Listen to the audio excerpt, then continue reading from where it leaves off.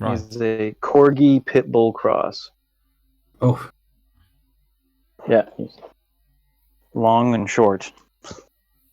Yeah. Stand up, goofball. He's got this giant head. Look at the size of that thing.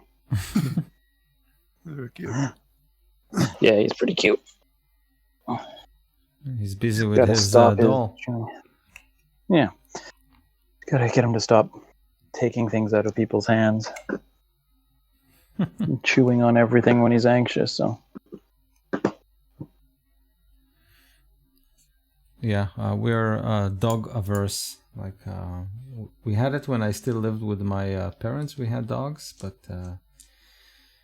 like it was I don't know, too They're a handful. difficult. Yeah, exactly. And eventually, like the parents have to take care of them. So I don't think I'm ready for that yet. Like maybe when 3 of my kids leave my house, then I'll take a dog.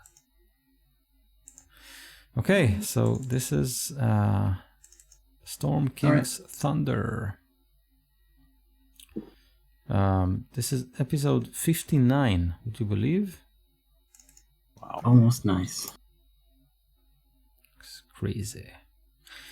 Okay, so the last session we kind of stopped it when the group is basically split. So you were investigating the ruins of a small village called Old Owl's Well. And while investigating this tower that belonged to a wizard, Forgar, Galen, Palis, and Bukvi, you're magically trapped in metal cages in what appear to be an underground cave. And it seems like that your captors are illithids, and they hovered above you, basically saying that you will make excellent thralls. And in the cages around you, there were more prisoners that kind of screamed at you. Some of them were babbling like madmen, and some actually asked you to free them.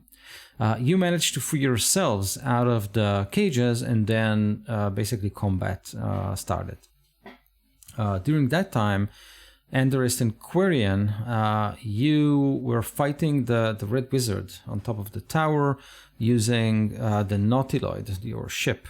So he created this rift, and the tentacled mass started entering this plane of existence through the rift, and then you managed to kind of golf ball this contraption that he was operating into the rift.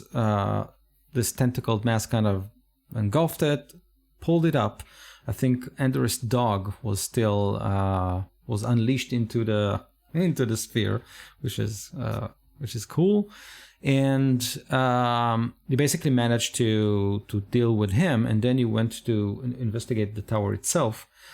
Andorist sent his earth elemental to dig inside dig below the tower, and then he excavated basically a mass of brain-like material.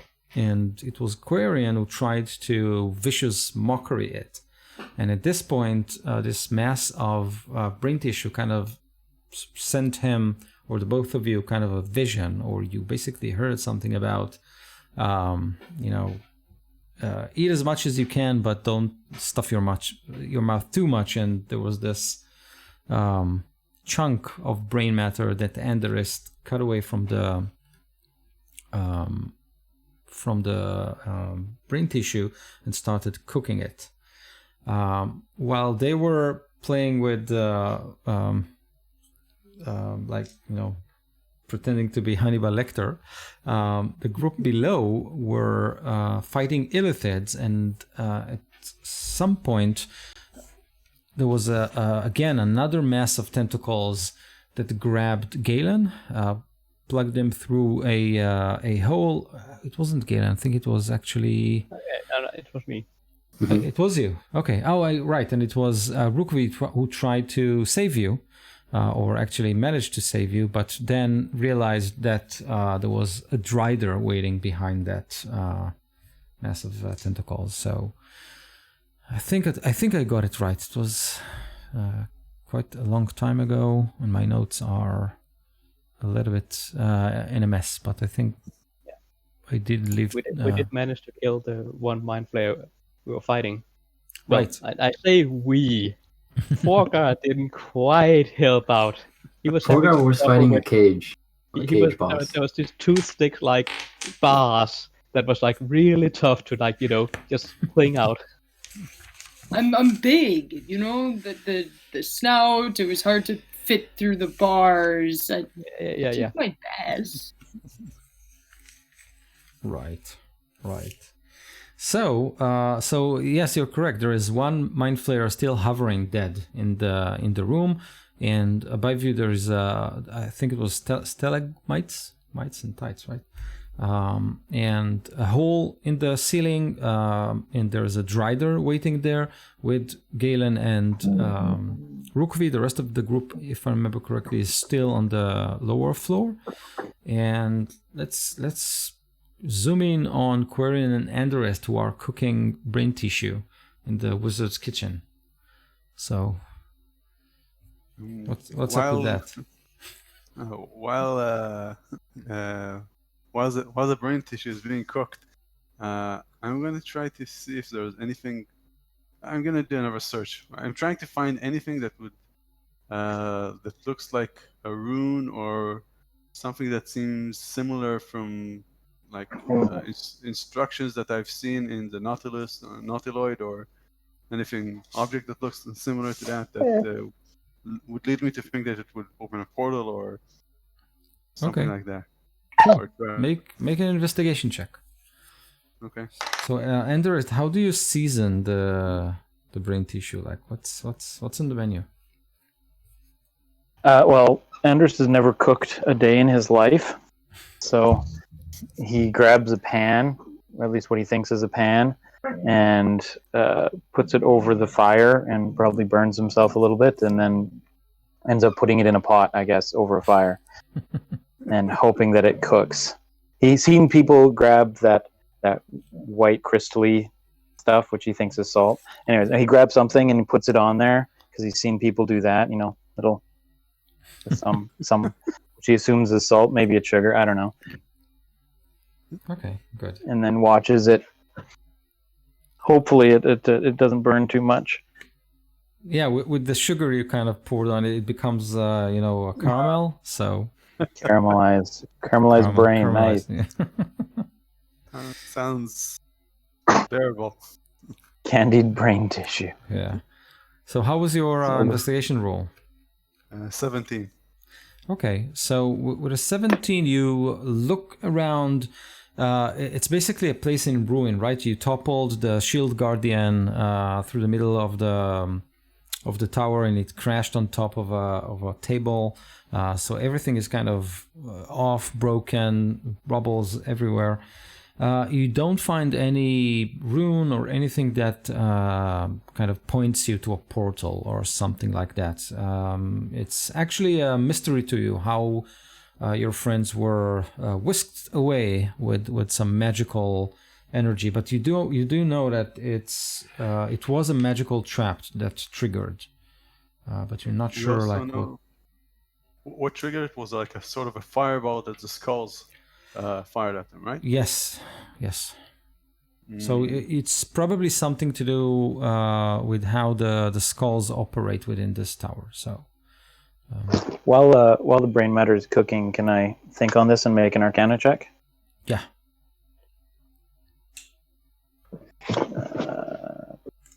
16. So you believe that the skulls are responsible for this teleportation magic, and you kind of reckon that maybe the wizard had a way to kind of get where he wanted to get using magic, but it is safe to assume that there is a way in that is more mundane. You just can't find it. And we've investigated before this. I'm pretty sure before we searched the whole place. Yeah. Yes. Cast fireball on yourself. That's the way to go. When all else fails. Yeah. Are there still like fractures of the skulls that we destroyed? Yeah, it's not fractures. It's simply mundane skulls. They have lost their magical auras, and they're scattered all around the tower. We can't see anything special about them. They're just simply mundane. They have like green gems instead of eyes. There's a name for those gems, I'm sure. Like some emeralds, right? But that's that basically. Nothing's written on them or on the emerald, anything, right? Okay. Nothing that you can see.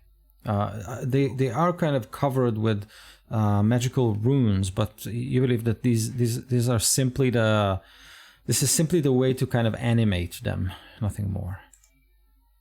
Do you have the detect magic spell that not a ritual? I can only cast it as a ritual. Don't think I have it at all. Oh, okay. Well, if you want to wait around once the brain's done cooking, I can cast detect magic in this room. Okay. Sure. Which I assume is done cooking by now. Yeah, it is. All right. Well, I'll put them on a plate, cut it in half, and fork it, and hand the fork to Quarian. I'll take the other fork. You go first. Yeah, all right, I'll eat it. He's got no problems with that. Okay, you stuff it. Quarian's nibbling a bit. Okay, so you are eating a brain.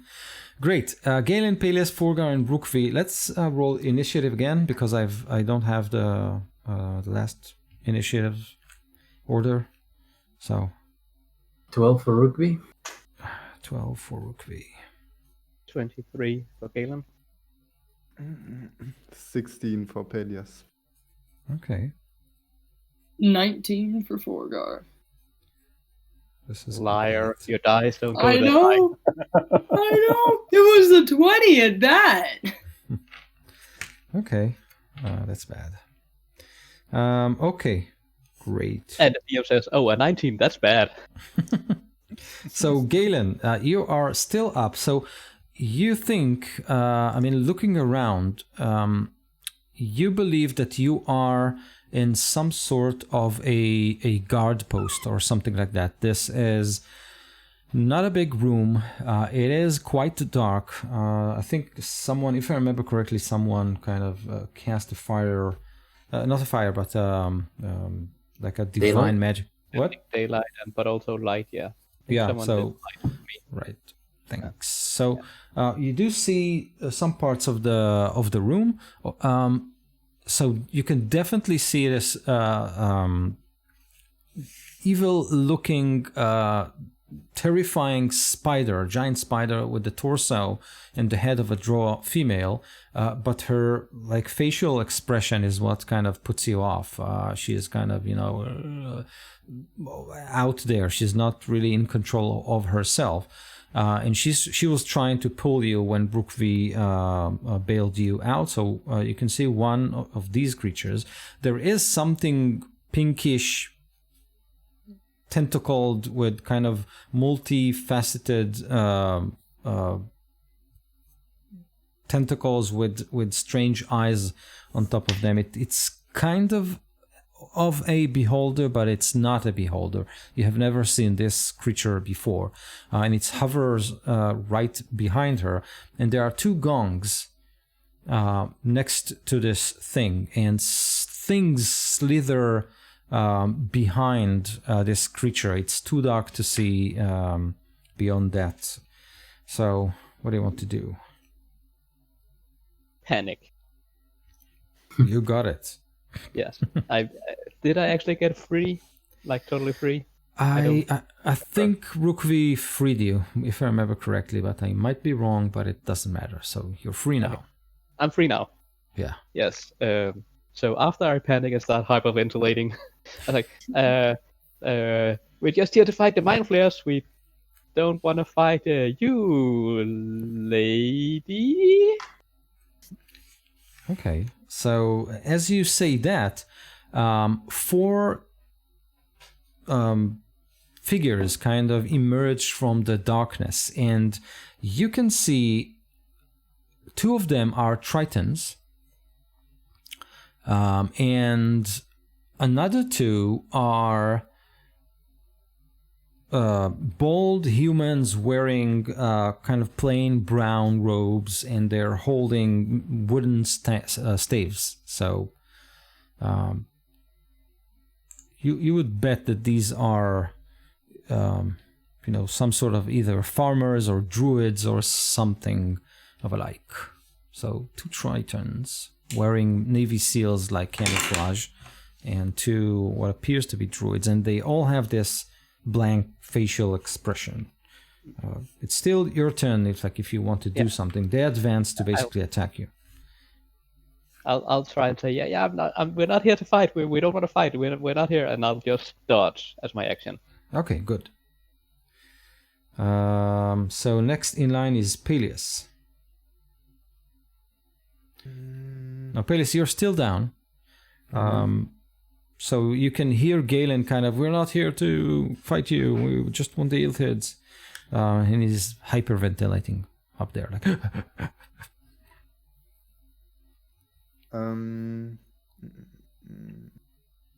I think I will prepare to. If I ready an action and I want to cast a spell as a readied action, do I have to say now what spell it is? I have to, right? You can say what spell it is, but you can also say what's the trigger. Like what are you waiting for?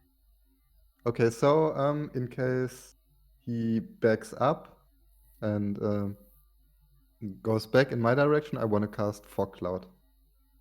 Like if Galen backs up and kind of... Okay, makes sense. Good. It's like retreat, basically. Okay. Oh, sorry, Forgar was first, but that's fine. You're not mad at me. So, yeah, Forgar, what do you want to do? So I'm still down at the bottom of the cages, and I have no idea what's up there. Yeah, there's only people shouting around you, free us, you gotta free us, please. Well, I'll go free the people in the cages around us then. Okay. Keeping an eye on what's happening up there, but good. If he's gonna leave, I don't want to be halfway up. Good. Okay, great. So you kind of go one cage after another, kind of bend the bars. It's easier from the outside. Yeah. I just have to redeem myself a little bit, So just make a 1 strength check just to kind of make sure that... no. 7. Okay. So you kind of have a little bit of trouble with it. So you kind of wiggle it and shake it. But eventually, at the end of the round, you'll manage. Rukvi. Is Rugby up there with Yes, Galen? because you could. Yes. I think you did some shenanigans to get up there and pull him out of the Drider's grasp. Yeah, so you are up there and step or something, I think. Yeah, something like that. I think you missed a step up here or something. Oh, that's right. I did use a second level spell. So yeah, I didn't use a third level spell. So there is no active daylight in here. I'm guessing our vision is. I'm sorry, what? I have the light spell on a coin or something. Oh, that's right. I want to. I'm going to cast daylight. Yeah, I'm going to cast daylight on my armor. Just cast daylight on my armor. So I'm sure it's going to be a lot brighter than it's 60 feet radius. Okay, good. Or, I'm sorry, 120 or something. No, 60. Okay, that's fine. So you cast daylight, and the entire room kind of explodes with light. So you can see one Drider is pretty up close to you. There are 4 people just behind her. 2 Tritons, 2 druids. Behind them, there is this mass of tentacles and 2 gongs. You can see now a door behind this mass of tentacles, and there's something strange about it. It shines with it looks like it's made of a metal that you haven't seen before. When you kind of look at it, it shifts and changes colors and hues. Something very strange with that door. Does the Drider looks afraid, or is there any specific negative emotion that they're showing? So it's not afraid, but it's definitely first. I mean, when you kind of cast daylight, she recoils automatically, and you can only see the expressions of all of the creature's face. They are blank, like he's drooling a little bit and kind of as if someone is controlling them, maybe. All right. Okay, so at this point, this is the creature's turn. So the Drider, since she is close to Galen, she simply tries to attack it, and she will make 3 attacks. With disadvantage. Yeah, because of Probably what? Probably also because of the sunlight. The sunlight. Yes, right. But I was dodging also. Yeah, good. So she produces this wicked blade, which is basically a longsword, and she attacks you 3 times with it. So the first attack is a 14 to hit. The second attack is even lower than that. The third attack is actually a 26 with disadvantage. I have 30. That's what I remember. 30 AC, at least, Okay. minimum. It's been a while. That's what I remember. Yeah. That's fine. That's fine. It's only 18. Okay, so you take this one. It's cool. That's 6 plus 3, so 9 points of slashing damage from this creature. The 2 Tritons will step forward and try to attack you. They have short, not short, but light crossbows. So, do they get a disadvantage also? Yeah, everything that attacks me because of dodge have disadvantage. Amazing. So one bullet kind of flies next to you, and another bullet flies next to you. So the 2 druids. Now you can see that they are druids because they are casting a spell. So they start kind of mumbling. So one of them shouts, and as he shouts, his voice kind of becomes louder and louder and louder, and he effectively shouts this keyword or something like that, and there's a thunder wave exploding in the room. So it also affects Rukvi. So both of you need to make a Constitution saving throw. 8. I'm sure 25 for Rukvi. How much for Rukvi? Actually, Oh, it's a don't I have a saving. +3 or 4 or something from you? Your aura? That's right. It's Let me just look it up the feature one more time to make sure, but I believe it's aura protection. Saving throw equal to your charisma modifier. So yeah, +4. So what are the 12 for me? 12 for Galen, and for you, Rukvi? 20 and 29. Okay, so with a 29, you kind of you take 4 points of damage from the spell, while Galen takes 7. Or wait, it's kind of half down, right? So it's from 7, 3, right? So 3 points of damage and 7 points of damage. And you, Galen, you are pushed 10 feet back. So Is that back in the hole, down yeah, to the ground? I think it makes sense that you kind of fall through the hole. And I'll use my reaction to reduce the fall damage by 55. No, 60 points. So you're free to roll for damage if you want, but 60 points of that damage I just ignore. Okay, I'll just roll my 6-sided die just to see, like, if it 6 points of damage. Oh, yeah. So almost hurt me. Okay, so you fall through the door. The other the other druid speaks a word, and his hand kind of flickers in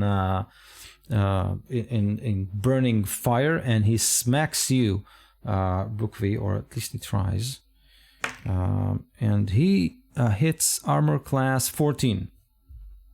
That is a miss. A miss. Okay, so you can just feel the fire like above your head, and then this tentacled mass of a thing starts doing something. So what you see is tiny mouths in its body kind of open, and from them more tentacled eyes kind of sprout, and the eyes that are already out kind of are sucked in. So he replaces eyes, like reloads them, or is doing something weird with them. And I need you to make a... Whoops. That's a... Blah, blah, blah, blah, blah. Oh man, I don't have a lot of health. What? I don't have a lot of health. Okay. Right now. Okay.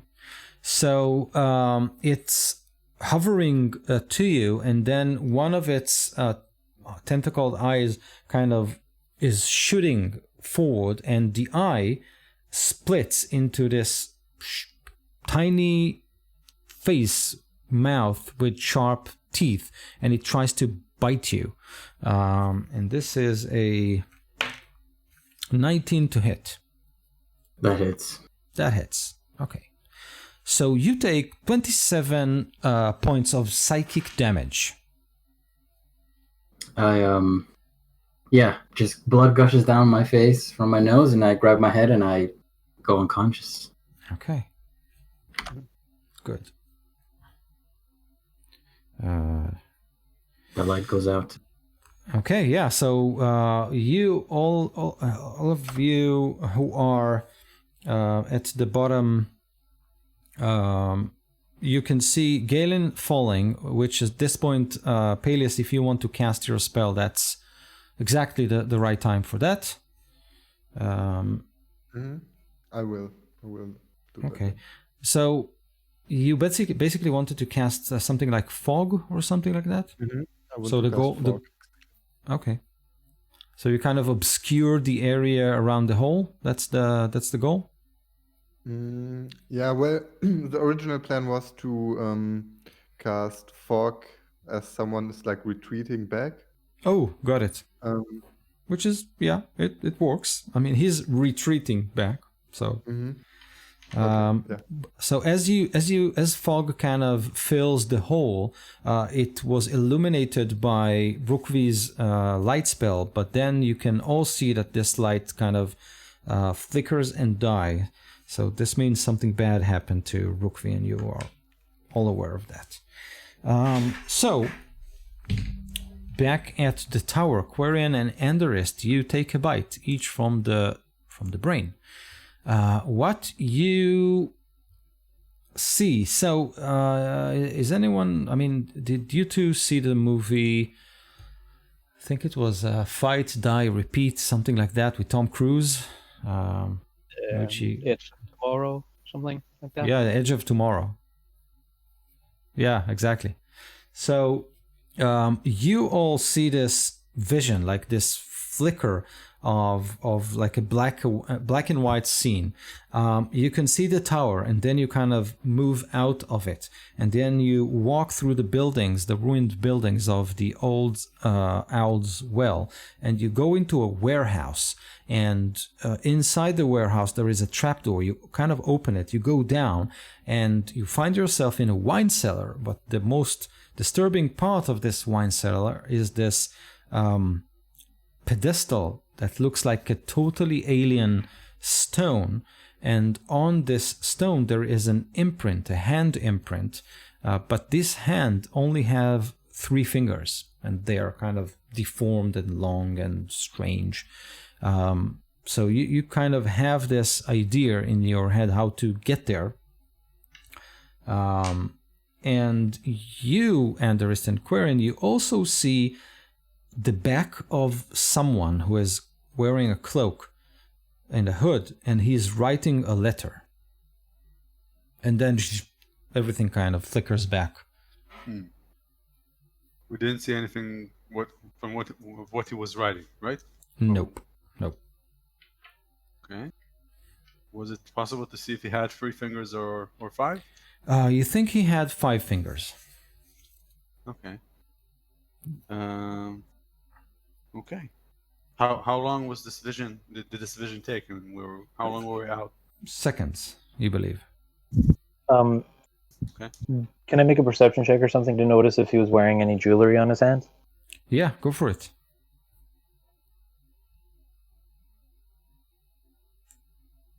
Nope. 5. Yeah, okay, it happens. So then I guess I'll just look at you and nod and start towards the door. But as we go, is there like a large, I don't know, chest-sized boulder or something like that in the room? Sure. Yeah. I'll point to I'll nod at the boulder and look at the earth elemental and say, crush it, and nod towards the brain. Okay, And got then it. leave. Yeah. Okay, so he picks up this huge boulder and dumps it on top of the brain tissue. It immediately starts to bleed all over. And you leave just in time to kind of see it overflows the pit and then recedes back. So kind of yellowish, transparent liquid. Okay. Gross. So I'll keep the earth elemental with me, and yeah, let's go, I guess. Okay, so you pass through a few buildings, finding yourself in that warehouse, and indeed you see a trapdoor in it. The place is dark, only pigeons kind of, fly by. There's a scent of must, like no one has entered this place in a while. Okay. Do we see the pedestal? You see what? Do we see the pedestal? So you open the trapdoor, you go down a few steps into the wine cellar, empty bottles, like it's exactly like you've seen it in your vision. And then, yes, it looks like someone kind of made some space in the middle of this wine cellar, and then this alien stone kind of erupted from the earth. You can definitely see the cracks in the kind of in the plastered floor. So this rock was not native to this room, so it erupted from the floor. It has this strange color quality. It doesn't matter where you look at it, like up, down, it shimmers in all kinds of weird colors. And on it, indeed, there is an imprint of a 3-fingered hand. Okay.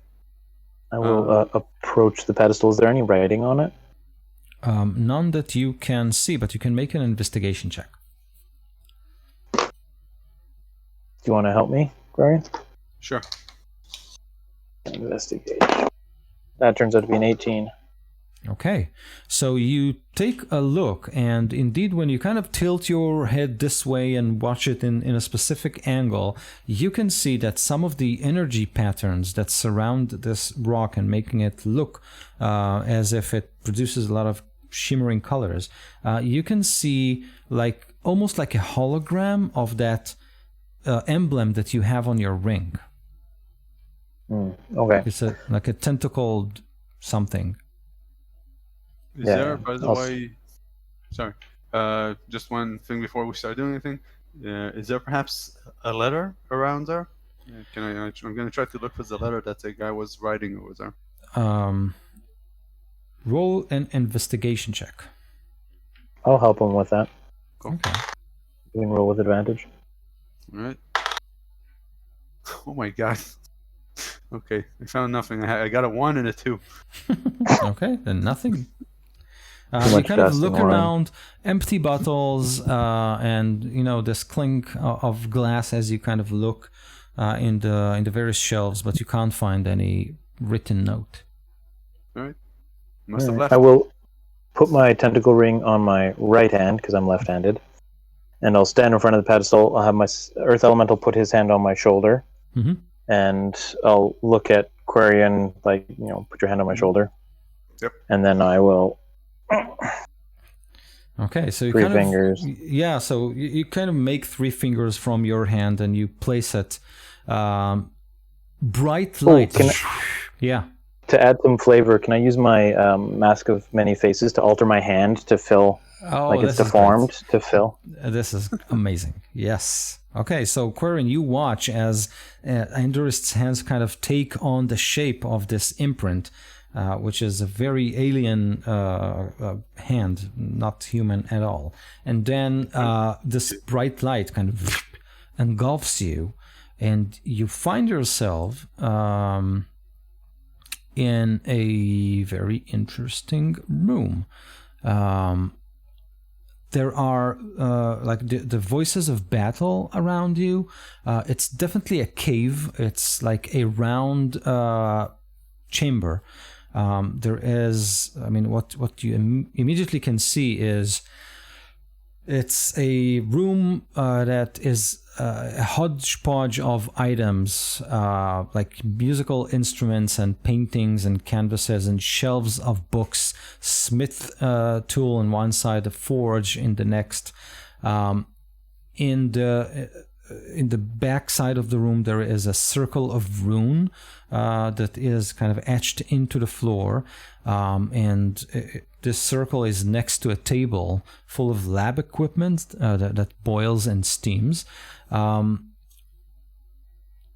With their backs to you, you can see 2 Tritons wearing the black, Navy SEALs suits, and in front of them there is this pinkish red mass of tentacles flying above them. So this thing is looking down a hole in the ground from which the sounds of battle kind of erupt, and there are creatures also surrounding the hole, like are waiting to kind of either go into the hole or to guard against something that maybe will come out of it. So you see 2 huge creatures with green skin and are covered with all kinds of fungi, mushroom wounds and growth on their bodies, and 4 naked men and women who are only holding spears, and they're all kind of looking down. We don't have a map of this room, do we? Map of this room? No, it's kind of theater of the mind. Okay. Okay. Yeah. So there's a large room. Off to one side, there's a rune circle on the ground with a table and all sorts of alchemical supplies. Yeah. There's a big pit over there, and there's a whole bunch of creatures surrounding the pit. Yes. Looking down, and there's battle inside the pit. Yeah. Okay. Ooh, how big is the pit? So it's not a huge hole, but it is large enough for each of those creatures to pass in. Maybe the mass of tentacles will have a little bit of an issue squeezing in, but it probably can do it as well. So I don't know, like 15 feet, in diameter. Makes sense? Okay. Yeah. Okay. Maybe 10. So again, we have 4. How many creatures over there?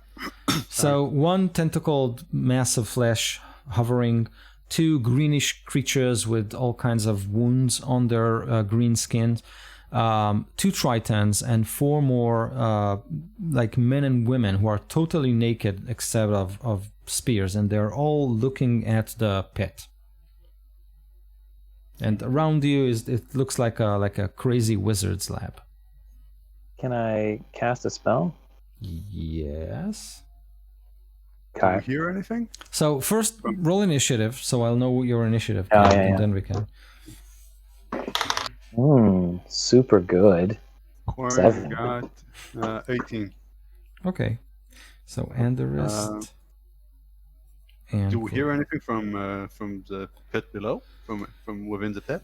Yes. So you can hear people screaming like, "Get us out of here! Get us out of here!" And you can hear sounds of a fight. There is some smoke kind of going up, like a fog going up the pit, and then there is a bright light, and then the light dies. Like obviously someone is fighting there with magic and all kinds of cool powers. Anything that we recognize? Probably, yeah. some of Forgar's battle cries. Battle squeals. His dad tries with the bars like, "Come on, why won't you bend?" You hear Forgar's stuck in a cell again. the familiar sound of his axe missing and just cutting air. Hitting himself over the head instead of hitting the bars, you know. That was cool. All That was right. cool. I'm sorry. So I'm gonna look at you, Quarian, and say, no, never mind. Is there anywhere that Quarian could hide? You're asking me? I'm looking. It's like, is there lots of stuff that he? Yeah, there's this huge table, like lab equipment, closets, like many places you can kind of. All right. Well, what do you want me to hide though? Well, I will cast this spell, and you can try and. I'll distract you. Go to the edge of the lip. Do you want me to go inside? Well, that's up to you. It depends on what you see, but Actually, I can distract them with a big spell, and I've got my Earth Elemental, so. Okay, sure. I actually thought to try to make them fight each other. Sorry? I thought about casting enemies down to make one of them fight the others and maybe cause a bit of a mess over there as well. I was going to cast one big spell that affects them all. Go for it then. All right. Well, then, fuck it. Let's just do it. I'm going to cast Vitriolic Sphere at 5th level. Okay. I guess it sounds nasty. Yeah, it's a 20-foot radius sphere, so I'll cast it about, I don't know, I'm not good with math, 10 or 15 feet above the hole. Okay. I want it to affect everybody around, but I don't want it to go too far down into the hole. Yeah, makes sense. Okay.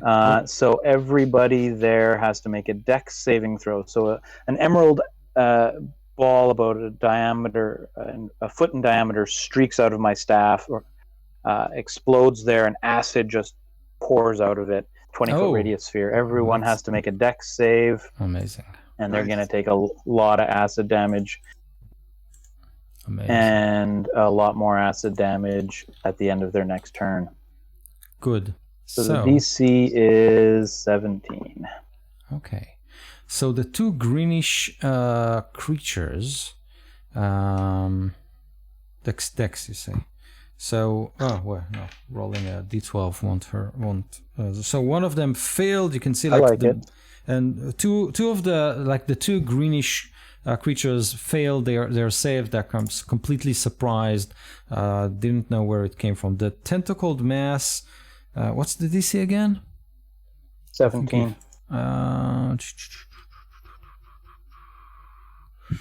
Failed. Okay, that's good.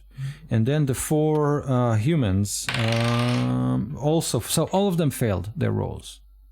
They all take 33 points of acid damage. Okay. Wow. So. And at the end of their next turn, they will take more. Do you want me to roll it now, and just so you can jot it down? Yeah.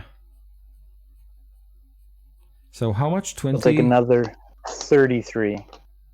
So 20 what right now? 33. No. 3-3. 3-3.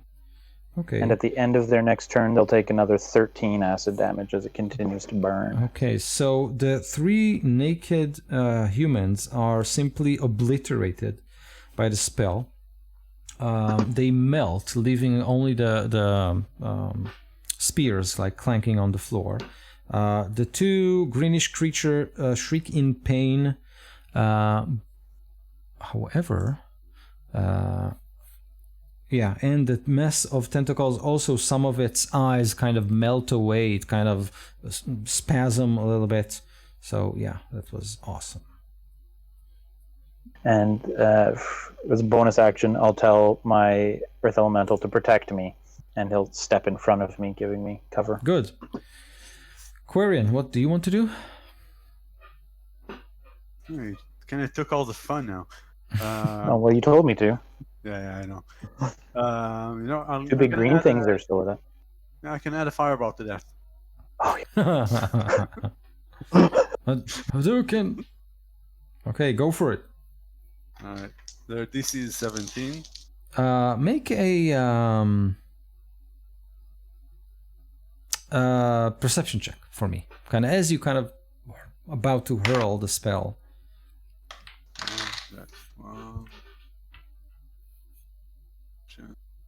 It's 17. Okay, good. On the table next to the pit, there is a piece of parchment and a vial of ink and a quill next to it. So you think you kind of, as you kind of cast the spell, you kind of, ooh, here's the letter. Fire might be.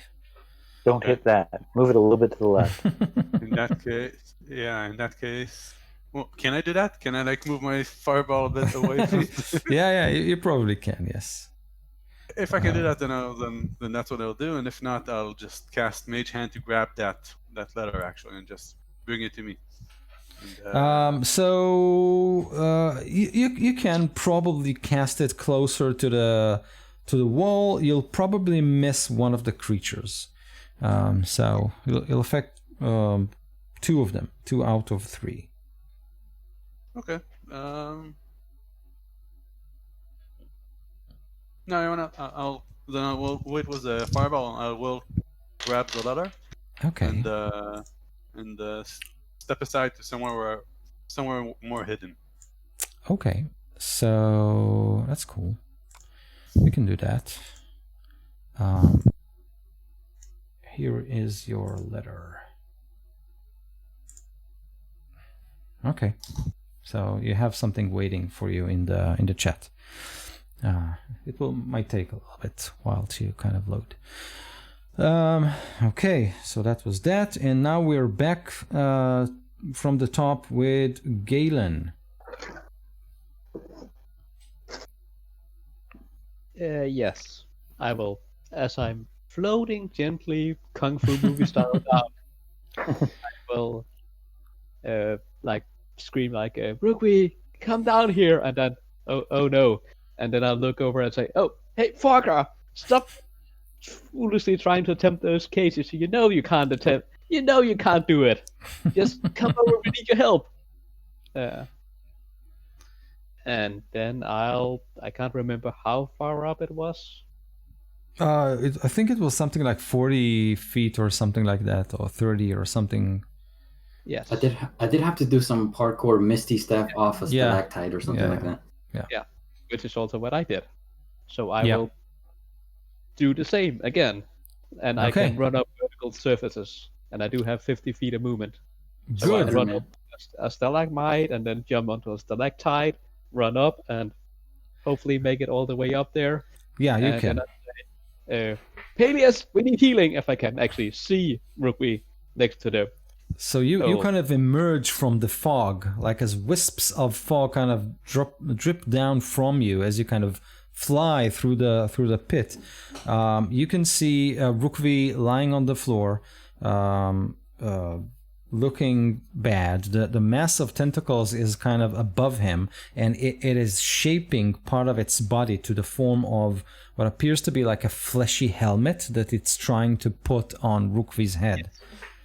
I will save Rugby by pushing him into the pit. As I say, Peleus, we need healing. So Rugby, you take a death save, automatic failure, and a death save. Yeah. I want to try and catch him. Don't worry, Peleus will save you, I'm sure.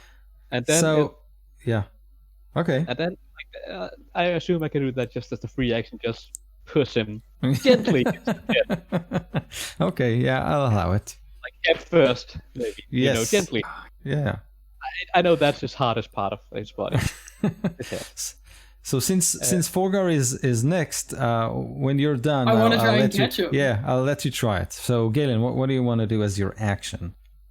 If I can just, if the rider is still there, if I can just, move just a few feet behind her, like around her. That would be Okay. nice if I can do that. Yeah, you can. Yes. Then I will punch the rider. Okay. But that's a 22 to hit. That hits. There is no daylight there, so she isn't. But I still have a normal light, but not. Yeah. She has sunlight sensitivity. I think normal light, it's fine. So a 22 definitely hits. Yeah, and I'll do a punch also. Again, 13 to hit. That 13 doesn't hit. Yeah. Then I'll flurry of blows and kick her. Okay. 27 to hit, and I might just slightly, as a fighting yell thing, key shout, say, "This is Sparta." I don't know why. Just this is Sparta for some reason. As I will try as a thing I can do with these flurry of blows, if they hit, push her. She needs to do a strength save throw. So you want to push her like away from the pit? Into the pit. Oh, into the pit. Wait. That's cool. Yes. I Okay. swear if she falls on me. If she falls on me, what are you talking about? So you I'll managed catch to you push and then her. she'll fall on us. You managed to push her, but she kind of like falls through the hole, and then you can simply see that she vanishes beneath it like a spider. She simply climbs the surface, and she kind of is hung upside down from the ceiling. She can simply kind of, spider climb everything. That is not fair. I will jump after her, and with my last attack, as I'm jumping towards her, and with a flying kick, I will try to hit her again. I've done 18 points of damage so far only. Okay. The last is a 25 to hit. 25 hits. Yes. And a total of 28 points of damage from the 3 attacks. And I'll, of course, also fall down now, but, slow fall. Okay. And on this attack, I will try to knock her prone, since she's upside down. Yeah, that's this will do the. This is a dex save. Okay. DC, Yeah, she failed. So she kind of tries to web her way down. So she kind of she falls down, and there's a sticky white material kind of trying to kind of string her to the ceiling, but she kind of loses control and fall down with her on top of her. Yeah, there's a sound like a punctured football as she hits the cold surface of the cave below. So. And how much damage does she take? As she is impaled stalagmite. So roll 2d6 for me.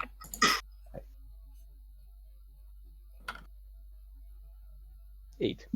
8. Okay, 8 damage. So some greenish blood kind of spills from a wound that she takes. So she's down with all of you down. So that's great. That was Galen's turn. So Forgar, do you want to try and capture Rukvi as he? Okay. What do you what? It's rolling. What am I rolling? It's a dexterity check. Roll plus your friendship to see. No, in that case, I'm 100% catching you. Plus Dex. Yeah. 14. Minus Dex.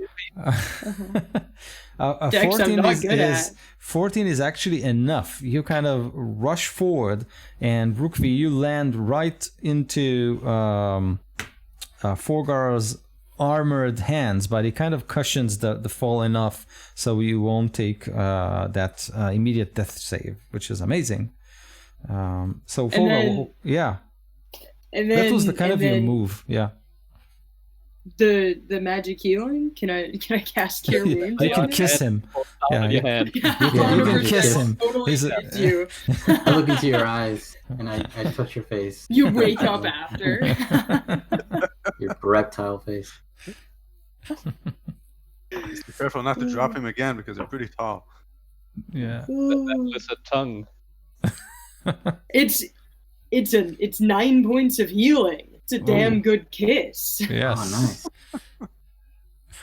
Dude. It's my kind of healing. Okay. So, yeah. And so then I'm gonna Wolfie- stand him up. Yeah, you're kissed, healed, and placed on both your feet. So that's good. Forgar, this is great. Peleus, what do you want to do? Maybe skipped Quarian. So Quarian, sorry, Peleus, you're after Quarian. Okay. So you grabbed that sheet of parchment, which is awesome. I pocket it, and okay, these creatures are still there. So now I'm going to fireball them. Okay, that's good. So the DC is 17. 17. So we have the two creatures. 17 dex, I'm assuming, right? So one of them is a success. The next is a failure. So, All right. So the failure takes 21 points of damage. wow. The failure takes 10 with a pretty lousy fireball. And that's it. Good. Amazing. There were 3 creatures over there, weren't there? Yes. So I didn't make. Wait. That's a 1. So 21. Okay, so your fireball explodes, kind of breaks some of the lab equipment. Some pages of books kind of fly. Obviously, all the creatures are kind of aware of your presence now, which is okay. Anything you want to do other than cast this fireball? You mentioned that we saw some musical instruments over there, right? Yes. I'm going to move over to that area. Okay, that's nice. Yeah. Oh, wow. look at this Scouting. flute. Yeah, exactly. I can play instruments while my friends die. How good. I can't He's help not. He's got a violin, and every time he sneaks, he's doing the pizzicato. Now we have battle music now. I was thinking more of the music of the sinking ship. Yeah. Good. Okay, so you stroll through the display of all the guitars and bass guitars, and that's cool. I want to protect these things. Yeah. So It's Peleus. a drum set designed for a one-armed man. I think I'm just going there's to heal. yeah. Um, Going to? I'm going to heal some more. I'm going Okay. to heal with a level 4 Cure Wounds. So that should be. Okay. So you recharge.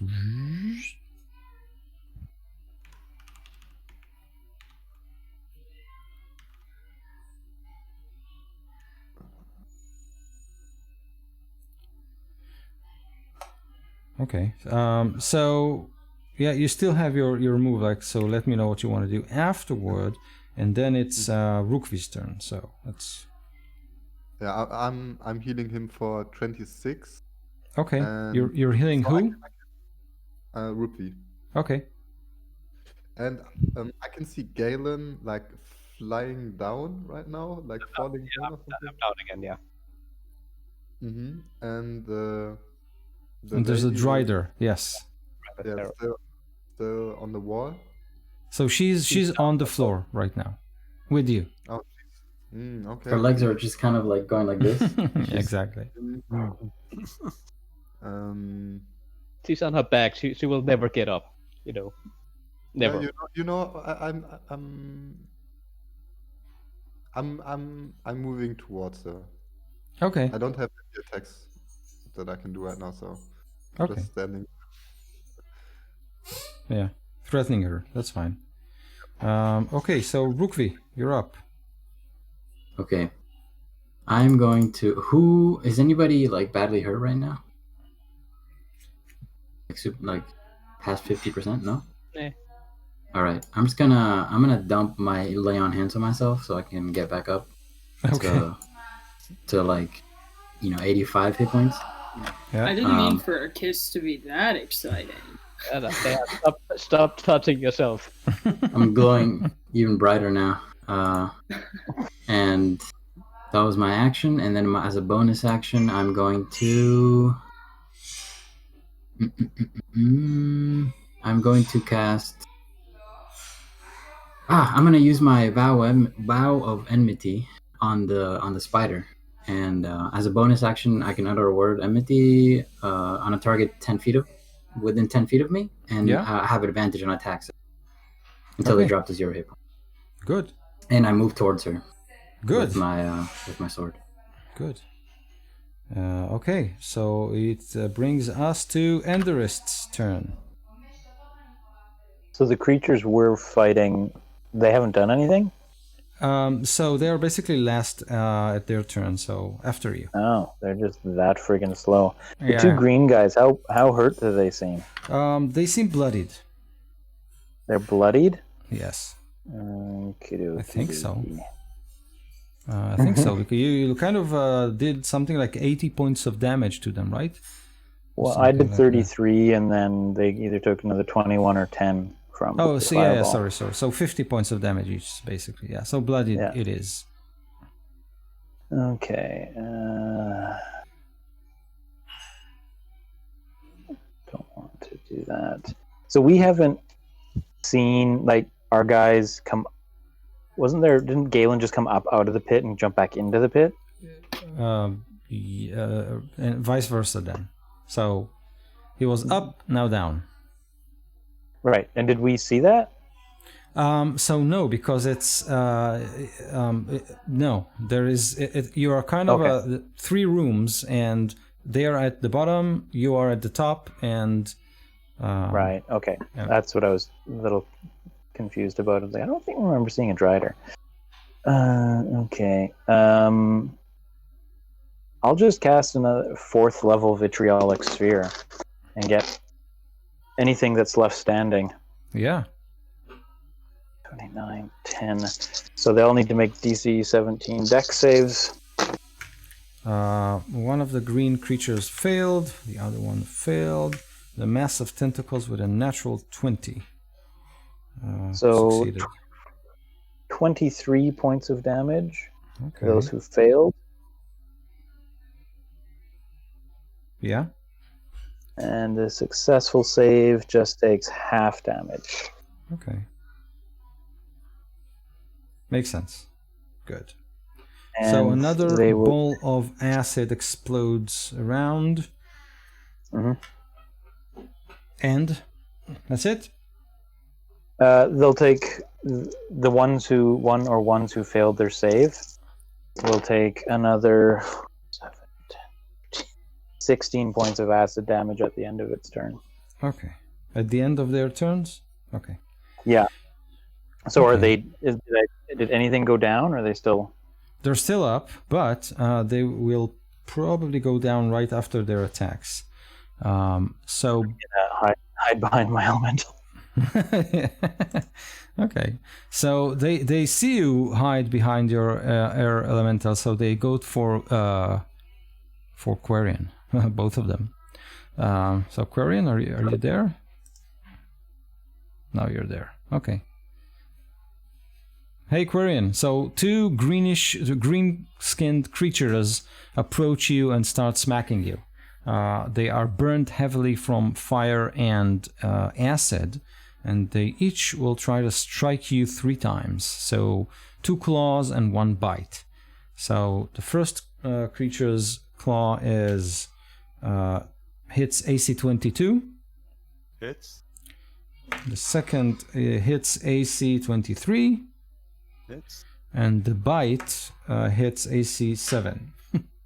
So, yeah. So you take from the first claw, that's a 12 points of slashing damage. From the second claw, it's 11 points of slashing damage. 23.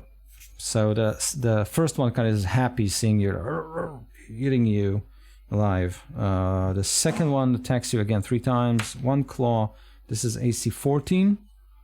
Misses. The second claw is a natural 1, and the bite is a 13, so it misses again, right? Yeah. Okay. The tentacled mass sneezes, causes you or forces you to make an intelligence saving throw, the both of you. So it kind of, and then it emits a wave of psychic energy. 18. Does my Earth Elemental need to save? Yeah. Ooh, 13. That's I pretty failed. good for him. Failed it miserably. Okay. So, Enderist, you successfully kind of fend off the magical blast. However, both Quarian and the Earth Elemental, they take 31 points of psychic damage and they are stunned. You can repeat the saving throw at the end of your turns. You're stunned for 1 minute. Did you take the acid damage for the green guys? Yeah. So they are dead. Now, after they kill you, they kind of attack you. At the end of their turn, they kind of melt. So it's just the Tentacle. tentacle thing. Right. And so, does it take any acid damage now? What? Did it take any acid damage No. at the end of its turn? No. It made both its saves? Yeah. So that was his action. Now, for the people downstairs. So the Drider will try to scuttle away and climb the wall. But since both Rukvi and Galen are there, you can have your attacks of opportunity on her if you want. I don't want to. I already used my reaction to take no right, points. right. But Rukvi, you can, I assume, try and kind of smack her. That is a 27 for 14 slashing plus 7. So What's the so 20, attack roll? 27 to hit. Yeah, definitely hits. So it's 21 damage total. 7 of that is radiant. I don't know if that does more damage to this creature. No, it's not a demon or something like that. So she takes damage. She climbs away 30 feet, and then she aims her bow and fires 3 times. She kind of produces a bow from somewhere, and then she kind of fires 3 arrows. She directs them at you, Rukvi.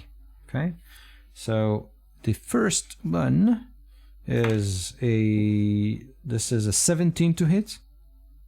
That is my AC. Okay, the second is a 19 to hit. And the third is a 16 to hit. That is a miss. So only 2, right?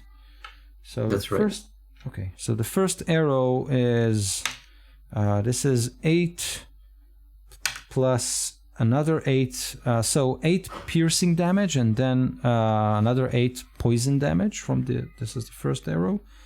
The second one is 9 points of piercing damage, and then 7 points of poison damage. All right. So there's that. Ouch, yes. So there are 2 Tritons and 2 Druids. So the Druids will... let's see.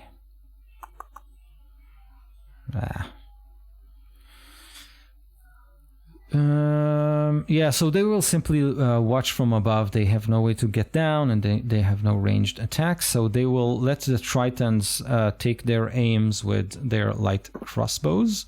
Is there still fog up there, though? Oh, right. So, yeah, Peleus, how much time does the fog kind of affect? Let me check. Fog lasts for Such a good spell. Yeah.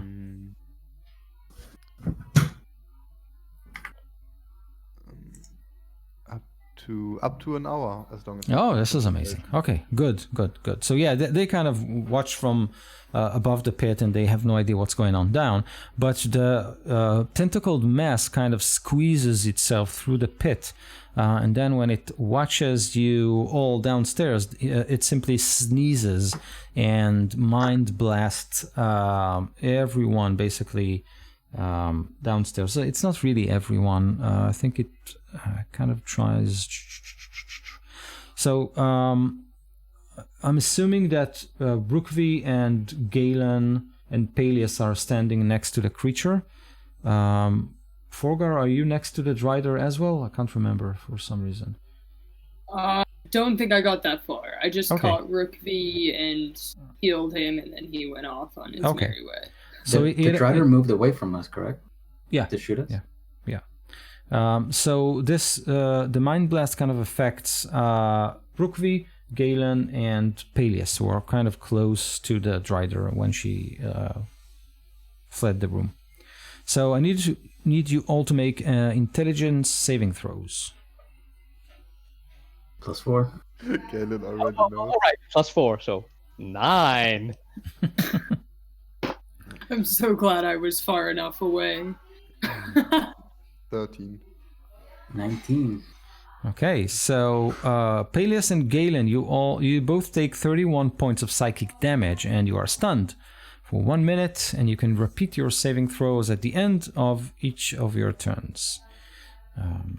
Does it count? No. Wait, no. is there any bonus I get to like? Which from bonus? Lucy? 31. Emiliano, do I get like any saving throw bonus for being right next to you? Yeah, Yes, you did something like 3 or 4 points or something like that. It's +4, yes. Okay, so then mine would be 17. 17 is just enough to. Okay. Yes, okay, so only Galen is stunned. That's cool. So I think we did everyone. Favoritism here. What? Favoritism. You said it's cool that I'm stunned. I don't think it's cool. So we're back at the top of the line. So you can make your at the end of each of your turns. So your turn is kind of 23. yes, good. Okay. Forgar, you're next. I want to get in on the action. So I guess I'll run towards where the tentacle monster is. Okay, it's kind of up there. But you can try to climb on stalactite and stalagmites to kind of get there. Which is they're all at outside the pit kind of thing. So it descended low enough for you to if you use all your movement and make a climb check, you can manage to get next to it and hit it. Throw your axe. Done. That also can help. Can work. I guess. Fine. I'll throw my axe and then I'll run up. I don't know why, but this is what's happening. Good. make your roll. Oh. Does an 11 hit? 11? I don't think so. I don't think so. No. Alright, well, at least I got the crappy roll out of the way. I'm gonna start trying to climb up there after I miss horribly. Okay, Throw make... your axe back to your hand so you can throw again. Isn't it the coming back boomerang axe? Yes. I don't know. Maybe. I can do that. Make a climb check anyway. That's okay. Cool. It's like strength athletics or something like that. Perfect. 23. Yeah, so you climb very easily. So check if the axe kind of returns to your hand, you can still make an attack with it. I don't have anything written down that says it does that. Okay. Honestly. Okay. So I Do you see remember Check what it. the name of the axe is? frost giant axe thing. Yeah. I think it returned to hand. Pretty sure. you can check Somehow it. Maybe. the axe returned after it hit one of us. When it was Alright, used well, I'm totally in. If it, yes, let's go with yes. Oh my god, hopeless. Okay, let's yeah, it returns to your head. Group There's that. And pressure. then I try again, and that's 19. A 19 definitely hits. 19 to hit. Alright. Alright, and then wow, it's like I've never played this game before. That is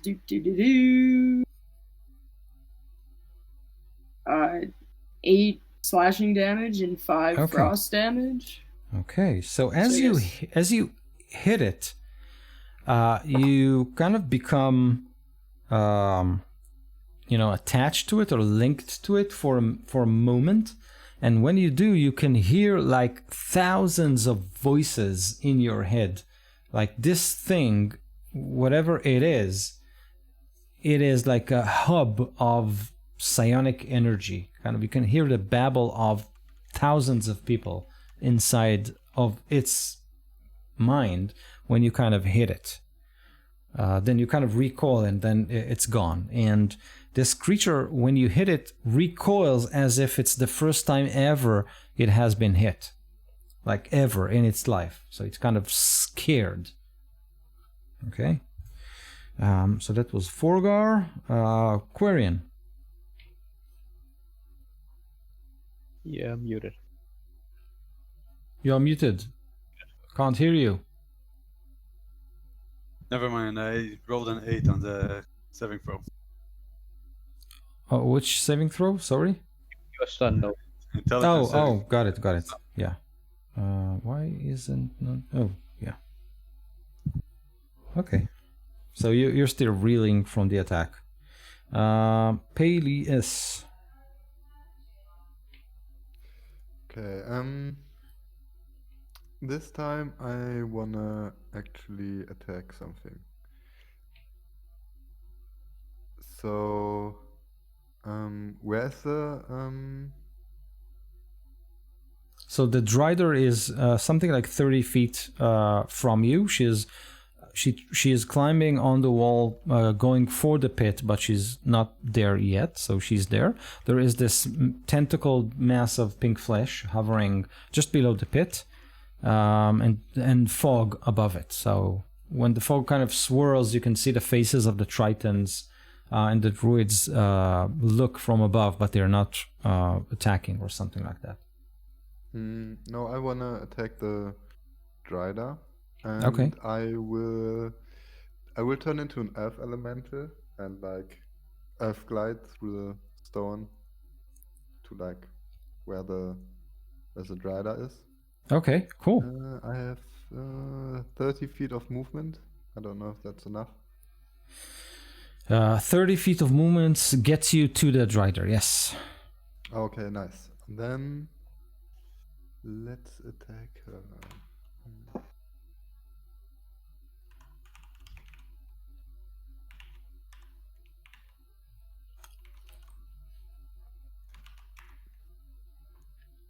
Oh, that's a 14 and a 15. Ah, man, I rolled really bad. So both of those strikes miss her. Okay. Yeah, so I she guess dodges out of the way. Mm-hmm. So you can hear her, like, not claws but spidery legs kind of click on the surface of the wall as she kind of backs away with this blank stare on her face. So that was Peleus. Next is Rukvi. Muted. Also muted. Going to try to kill her. So I want to run up and just slice at her legs. Yes. 18 to hit. 23. 23 definitely hits. Okay. That is 17 damage. Okay. Second hit, 16. 16 doesn't hit. She kind of blocks you with the wooden shaft over her bow as she kind of turns to look at you. Yeah. Okay. And you- As a bonus action, I'm going to cast Shield of Faith on myself. As I see her look at me, this horrific spider Okay. lady, I'm gonna just grip my sword harder, and somehow just the face shield appears around me, and I get +2 AC. Okay, so you and Forgar kind of position yourself on the wall, on the stalagmites to try and kind of hit. You are hitting the mass of flesh. You are fighting the Drider as she kind of climbing. That's cool. Anderist, it is your turn. Does it look like my spells have hurt that thing at all? So you do suspect he has some sort of a resistance to magic, because some of your spell kind of simply bounce off it, but some did take effect. Okie dokie. Then I'm going to cast a heightened blight at it. So it has disadvantage on its saving throw. Ooh. I need to make a Constitution save. Okay. Blight. With a disadvantage, so that's a failure. Nice. Ugh. Crap. 10, 14. Really? This is terrible. 25. Oh my god. 25 necromantic damage. Ooh, okay. So some of its pinkish flesh kind of withers away and becomes pockmarked and stained in black. But it is obviously it is hit, but not out of combat yet. How far away is it? So it is getting a lot closer now that you have hit it. It focuses on Quarian, since Quarian is kind of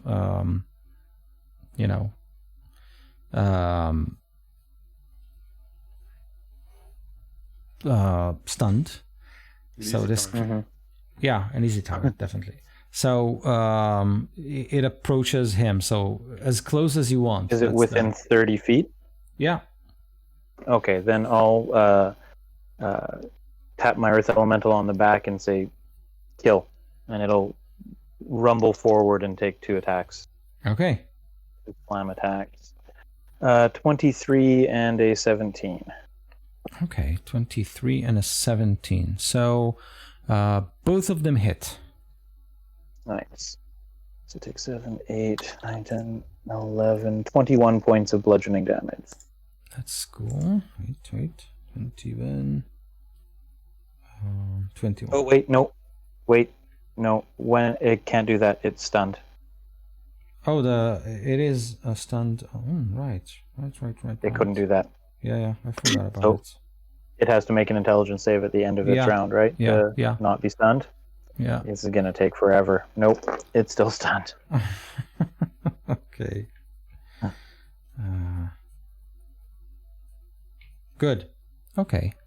So on the monster's turn, so the tentacled creature kind of approaches you, and like its tentacles kind of are sucked into its fleshy form, and then they kind of protrude again and trying to hit you. A couple of them kind of try to wrap you, so it will try to hit you. I have 3/4 cover, I assume. So how do I translate it? It hit +5 to my armor classes. Okay, so it hit the AC of 25. So does it help?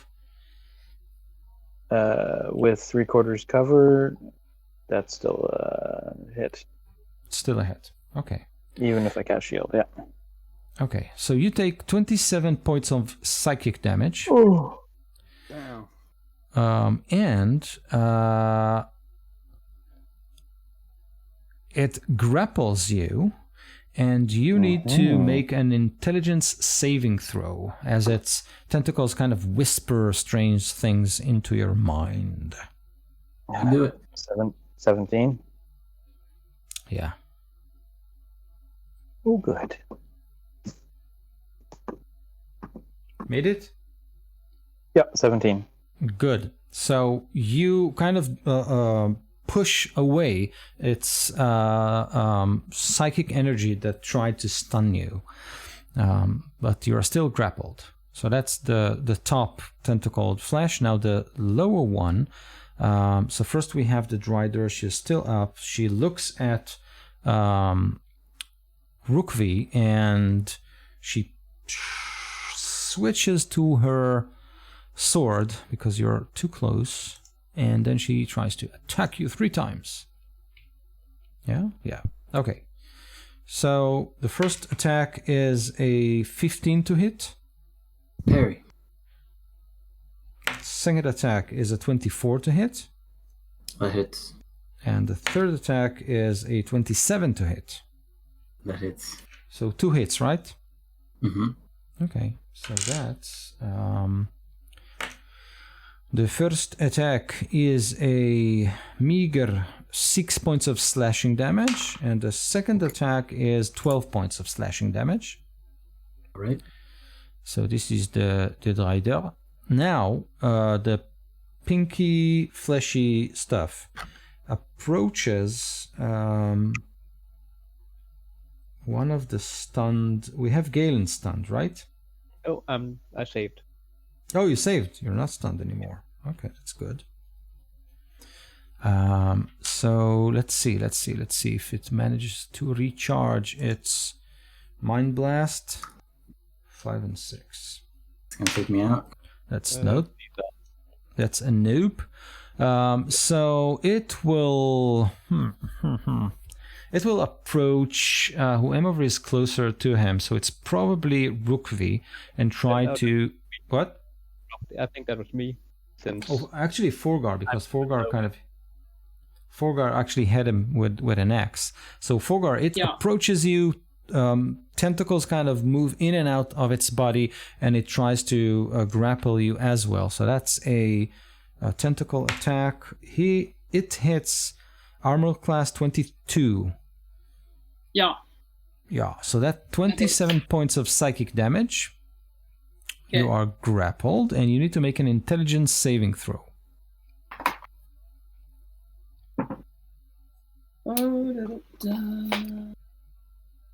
Intelligence, that's 17 on the save. Yeah, if you roll the 17, you're good. Alright. Okay, so you can hear a lot of voices in your head, and you kind of push away against that magic. You keep to yourself, but you're still grappled. So that's that. And then we go back to Mr. Galen. Yes. I have quite a bit of blood running out of my nose and ears. I am bloodied. Really bloodied. I'll just take a moment, guys, and I'll step around like a stalagmite to try to get cover from the weird tentacle mass. Just take a moment, send himself, breathe, wipe away some blood, and I'm no longer bloodied. That's my action. Heal myself. I self-heal thing. Meditation is for real important. Oh yeah. Take a deep breath and count to 10, and you're fine. Heals everything when you're a farmer. But that's all I do. But hopefully I have cover and hiding and everything. Good. Forgar, you are next. You are grappled. If you want to escape, you can use your action to do so. Is it going to strength or dexterity check? Unless an 8 strength check No, busts so me out of there, I think I struggle. Okay, so you still struggle with this creature, which is good. At least you are Just like the cages. all over again. No. Okay, so Forgar is still struggling to get out of this creature's grasp. We go to Quirion now. Stunned. So can you repeat your save? Come on. Nope. Okay, still stand. Going to Peleus. Yeah. What? Is the Dryder still alive now? Yes. Okay. Yeah. Okay. So again, like my stony fist reaches out from the wall and punches her. Yeah. For let's see, that is 31 to hit and 22 to hit. That's better. That is more like it. Yeah. 2 hits. Crush the spider. And that is 14 and 14 again. So that's 28. 28 points of damage. Good. So she takes those blows, but she's still up and fighting. So one of the blows kind of, cracked her jaw. Her jaw is now kind of off to one side, but she doesn't seem to care. She stands there and still eyeing Rookvi. But these were 2 solid hits. Moving on to Rookvi. She doesn't seem to care about the damage, but structurally, does she look bloodied? Not yet. Okay. Almost. All right. Rookby is going to. I guess as meta, maybe I would know, but does Rookby know that when he cast light previously in the other room that she had trouble hitting me? Yeah. You saw her reaction, so that was. All right, pretty obvious. Then Rookby just kind of swings his sword, but doesn't take risks and tries to hit her.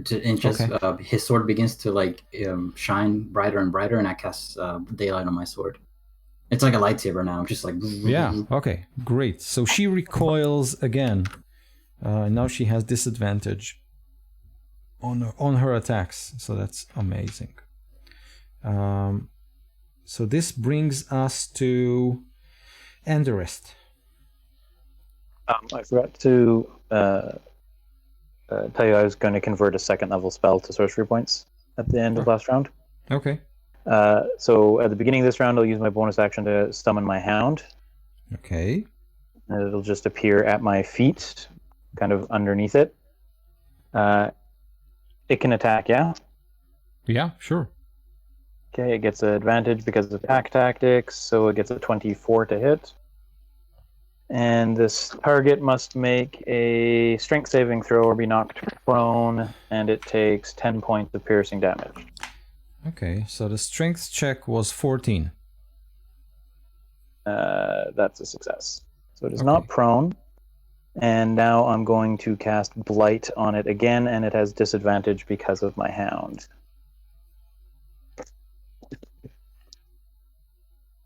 So it has to make a con saving throw, DC 17, with disadvantage. That was a natural 1. Oh, that's much better. Much better. 6, 12, 18, 20, 30, 40 points. Okay, so it blights itself to death. So it basically explodes, like a spore, something like that. Bits of flesh everywhere, and actually you can hear the shrieking of people, like 1,000 voices kind of vaporize into the air. This thing, whatever it is like a psionic hub of some sort. Like accumulates and stores psionic energy in ways that you haven't thought possible even. So that was Anders' turn, which is amazing.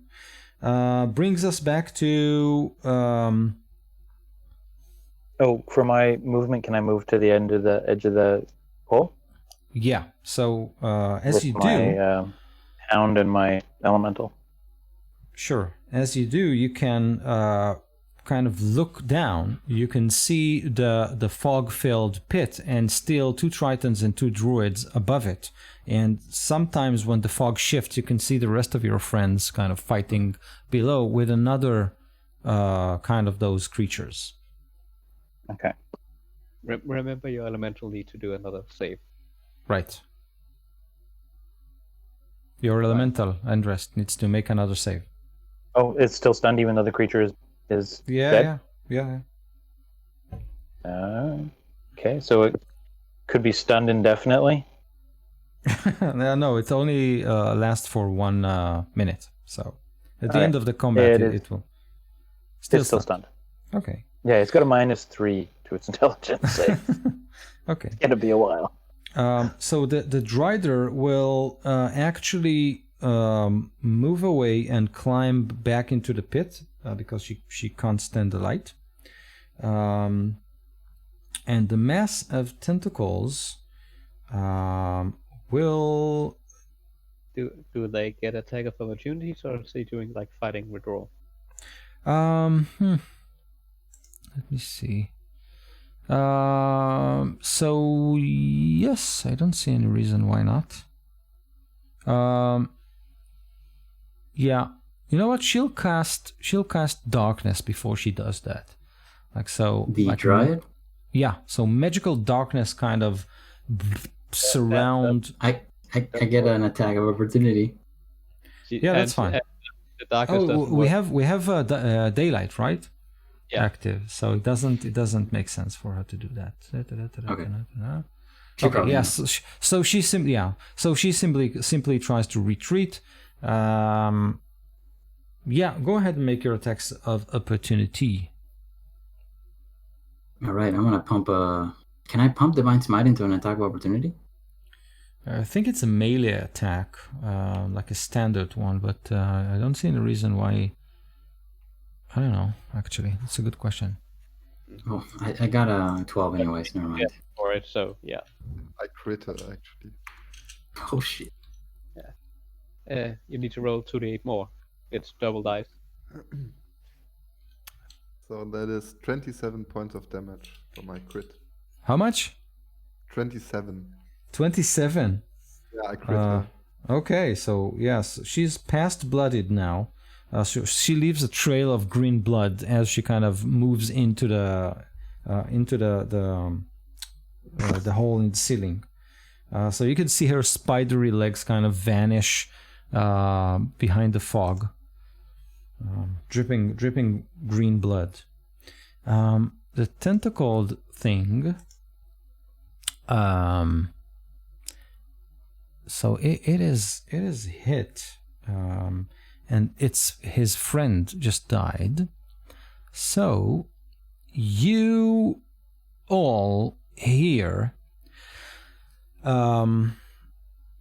So this creature speaks, but the way he speaks is not with actual words that he creates. It simply picks words from the thoughts of people who are probably very far away from him. And you hear this sentence that is made out of copied and pasted like words from, men, women, children, different accents, different pitches. And he says, I want to live. Please, no more of this.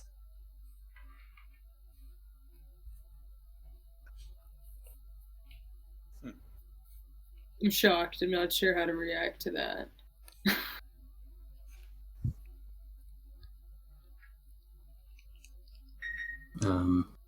There's no source of the sound? It's kind of in your minds. You can hear it in your heads, but you definitely know that the source is this creature, but he doesn't speak from by using his own words. He kind of collects them from something that is heard inside his head.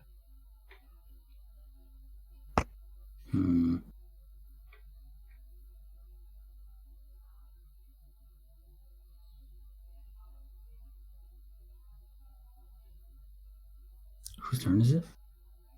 So if you want, it's Galen's turn. Oh, Yes. can anybody talk right now? It's a free action, so yes. Oh. I guess I just scream, "Where are you?" You can hear, I am right here. And I will say, I want to live too, but right now I'm kind of doomed. And then I'll run up to it, jump at it, and as I'm flying through the air towards it, I'll just super punch it really quick. Okay. Hopefully, Yeah, go for it. I'll flurry of blows and do a lot of attacks. That's 23 to hit, Yes. and I'll also spend a key point to try to stun it. Okay. It's not, I want to stun. I don't know if it's hitting the solar plexus of a tentacle thing. I don't know. Like, knock the air out of it. I want to try anyway. It's a Okay. con save unless it's immune. It's a con DC 16. So it fails his roll, so it is stunned. It doesn't. I don't think he's.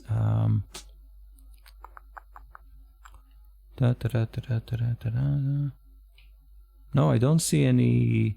He has saving throw advantage against spells and other magical effects, but I don't think it's a magical effect, right?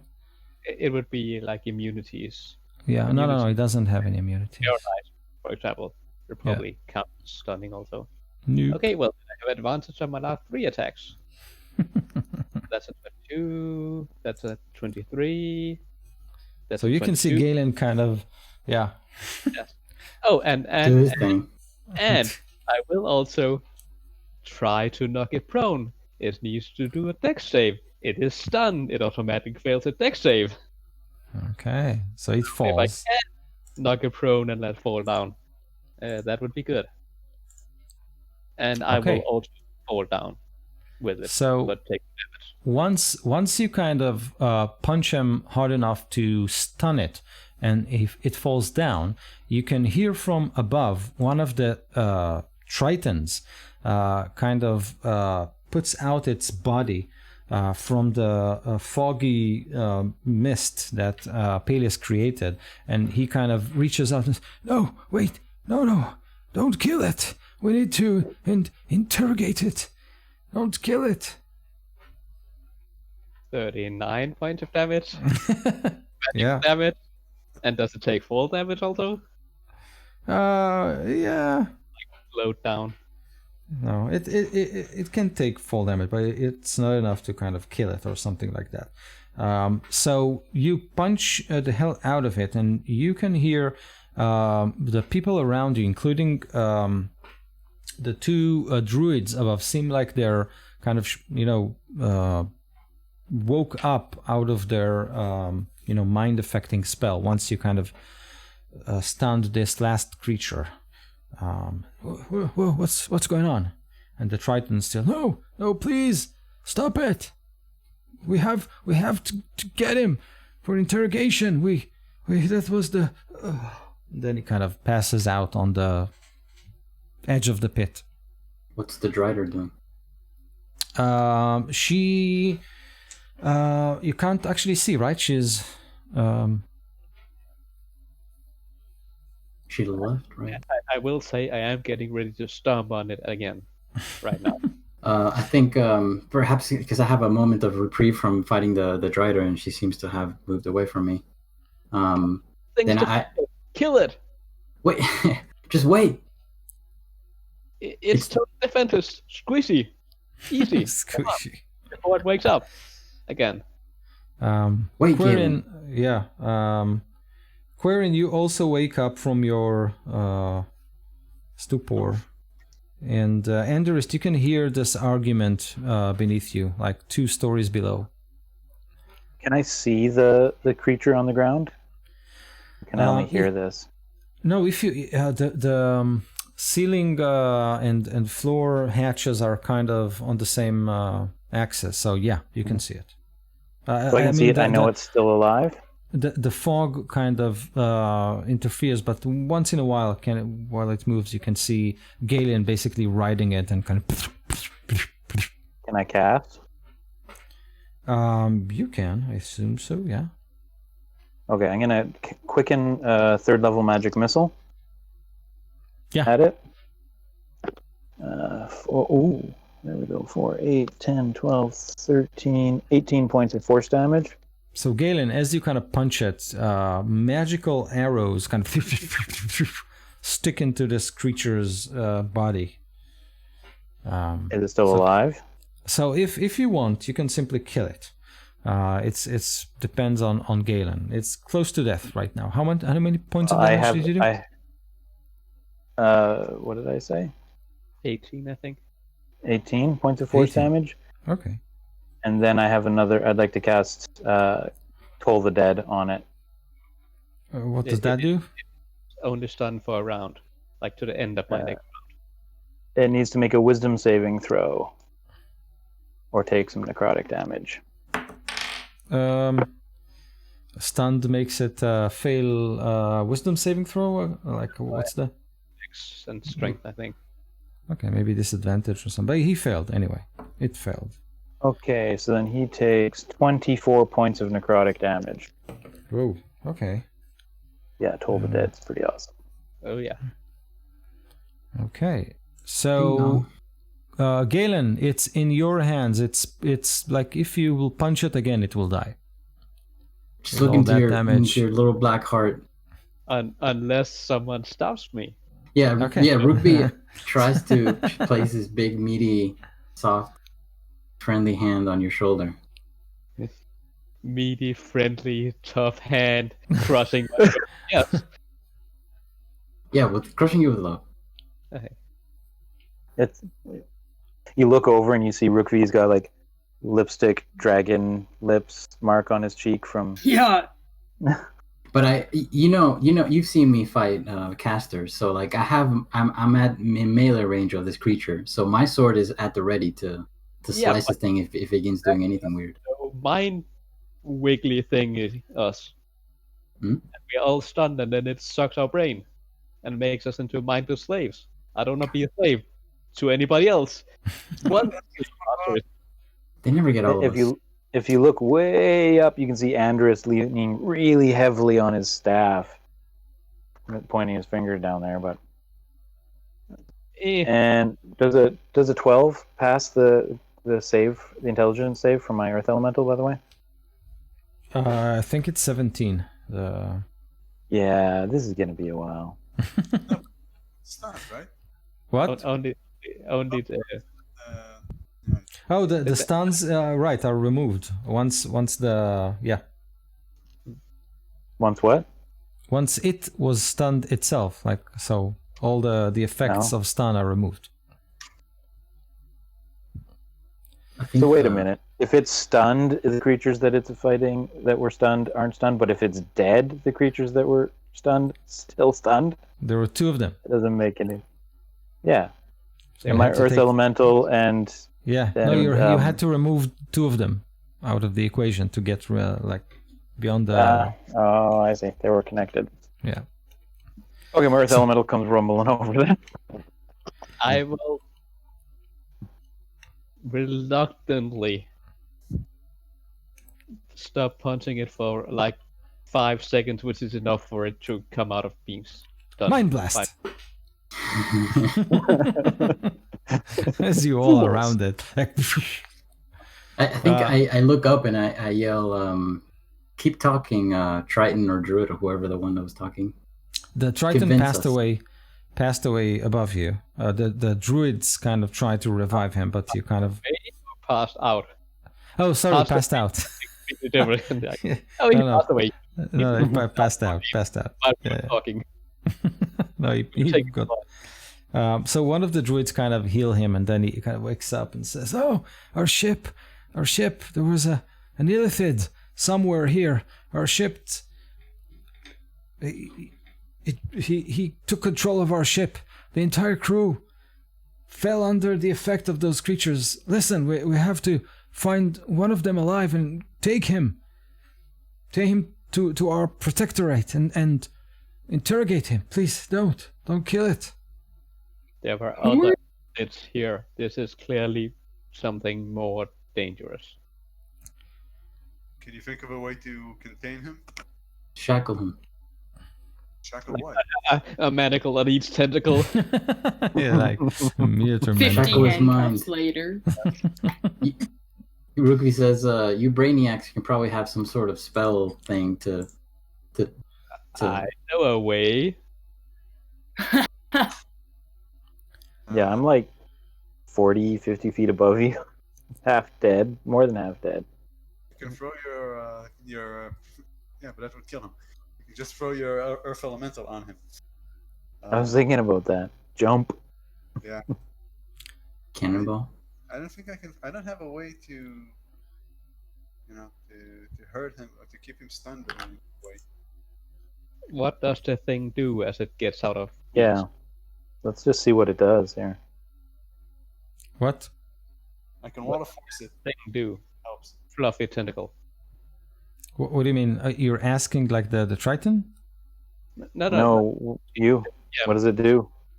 It's no Oh, longer so stuck. okay, so it kind of opens up all of his eyes, and it looks at all of you and then says, "Who are you? Who am I?" What do you know of yourself? How long have you been here? He, with one eye, kind of looks up at the laboratory and says something like, "I was brewed 5 days ago." By who? He says, "Vostdarava." Know that name, don't we? Yes, it's the illithids that you were meeting like on and off again. Last time you've seen him was when you exploded Iron Slag. He escaped with another ship.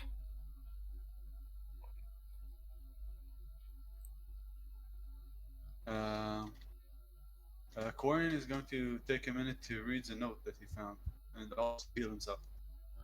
What Okay. happened to the other illithids that were here? So you know that one of them is dead. He's still floating around. Asking it. What? What? Where they are? I'm asking it. There. Oh, Thing. he says, "This is confusing. Gate is opened. High Lord is looking at brothers." I read you guys the note that I got. Yeah. No time for love letters. No. That's. I think it's important, guys. Yeah. What? High Lord? What? Listen. I asked that creature first of all. Do you know Wrath Modar? Red Wizard used a spell to bring the fish people here. That would be the wizard that escaped above. He didn't escape. You kind of kicked him into the rift he himself created. Yeah, I'm going to call it an escape. Okay, yeah. He got where he wanted to go. Oh, that's right. Yeah, he's snuggling up with Cthulhu now. I'm sure he's having a great. Yeah. He's Also, loving his existence. Yeah, I don't know if that was good or bad for him, but he's gone. who was also Uriel Shael? That's my dad. Seriously. Uriel Shale. Yes, Seriously. my last name is Shale. Yes. Why do you ask? No reason? Oh, okay. She secretly looks at his I'm gonna reach note. over and grab the letter out of his hand. Give me that thing. I'll read it out to you guys. It's sent to Wrath Modar, who is the Red Wizard. It says, "The time has come for Neverwinter, and indeed the whole of the Sword Coast succumb to the will of our master. The eyewitness slipped through their guard and is waiting for the opening of the gate. I will reverse the operation. I will oversee the operation myself. I don't trust our contact in the castle. And this part is where I look at Anderist. My son poses no threat to our plan. As I promised, he will join us or die. Signed by Uriel. Surprised he wants me to join him at all. Does the symbol look like the one on Anderus in my ring? Yes. Yeah. Yes, same tentacle. Yeah. They're all part of the Cthulhu cult. Hail Hydra. Yeah, basically. I would like to call the Agents of S.H.I.E.L.D. for backup. The Avengers, I think. Wait. I take on my 50-foot of rope and I throw it up at the druids and the trident that had just got healed, and I tell them to come down here and ask their questions. Yeah, Mr. Tentacle Live. Thing, Miss Tentacle Thing, whatever. They Gate them. open.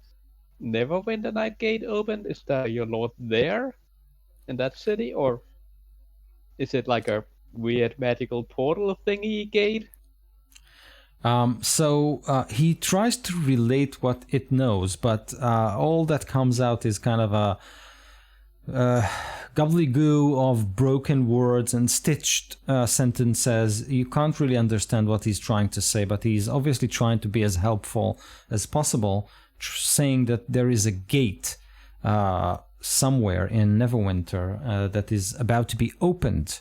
But other than that, he cannot really relate what he's seeing. The Triton that comes down, his name is Audrin. He says that if we bring him to our protectorate, we have the means to mind probe this creature, and it will provide all the information we need to learn what's going on. And you'd probably want to meet our ruler if you want to be part of this interrogation. He can explain who we are and what we are doing here. I'm going to telepathically reach out to the tentacle thing and ask it if it knows where the other side of that gate is. There's one end in Neverwinter. Where's the other end? So, yes, you get a sense that it knows. You know what? I'll send you a picture. How do you like that? You want me to send you a picture? Yeah. Yeah. Okay. We don't want your news. Come on, Ido. I know you keep asking us, but we don't want them. Yes, Mr. DM. Please send me a picture, Mr. DM. Oh my God. Okay, so here goes. You can watch, and we'll end the session with this. I swear to God, if this is a dick pic. Come on. Jesus. Come on. Where did I put it? I don't remember where I put it. Where did I put it? What? Oh, come on. I'll have to download it again. This is ridiculous. Are we gonna take psychic damage from seeing this? Oh, I know where it is. Vicious mockery. Yeah. In Should pictures. start making death saves. Here goes. Here goes. This is what you see. So, yeah, this is a bad place that is called the Far Realm. It is a realm of a plane of madness, very, very far, like the farthest away from the other planes of existence.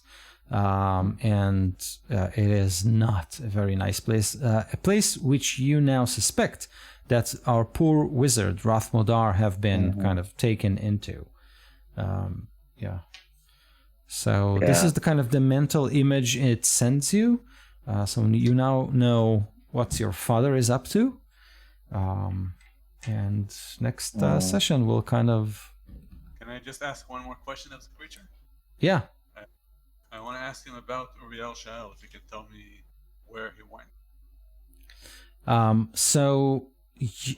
He says that he's basically the key master.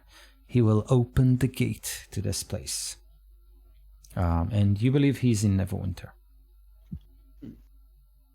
Also, quick question, not to the creature, but outside of the game for you.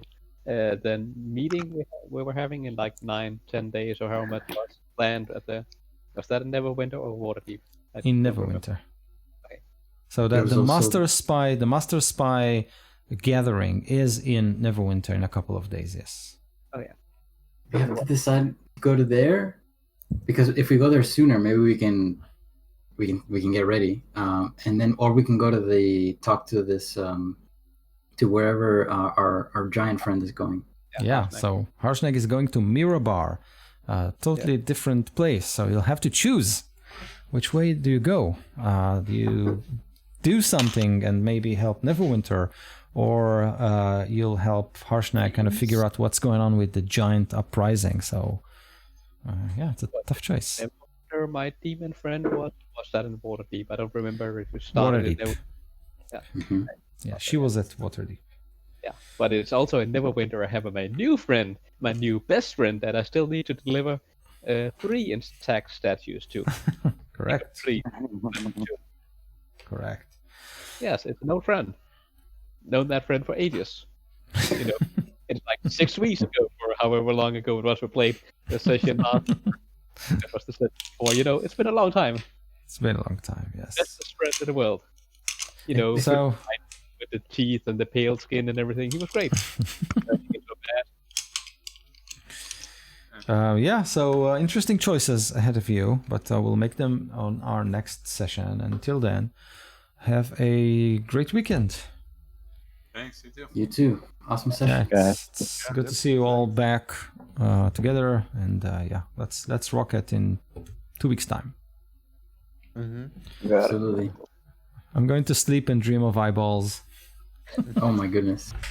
If you each take a bunch of eye drops to that plane, you can make a killing. Just selling that stuff, I guess. Have a good one. Bye-bye. Bye, guys. Bye.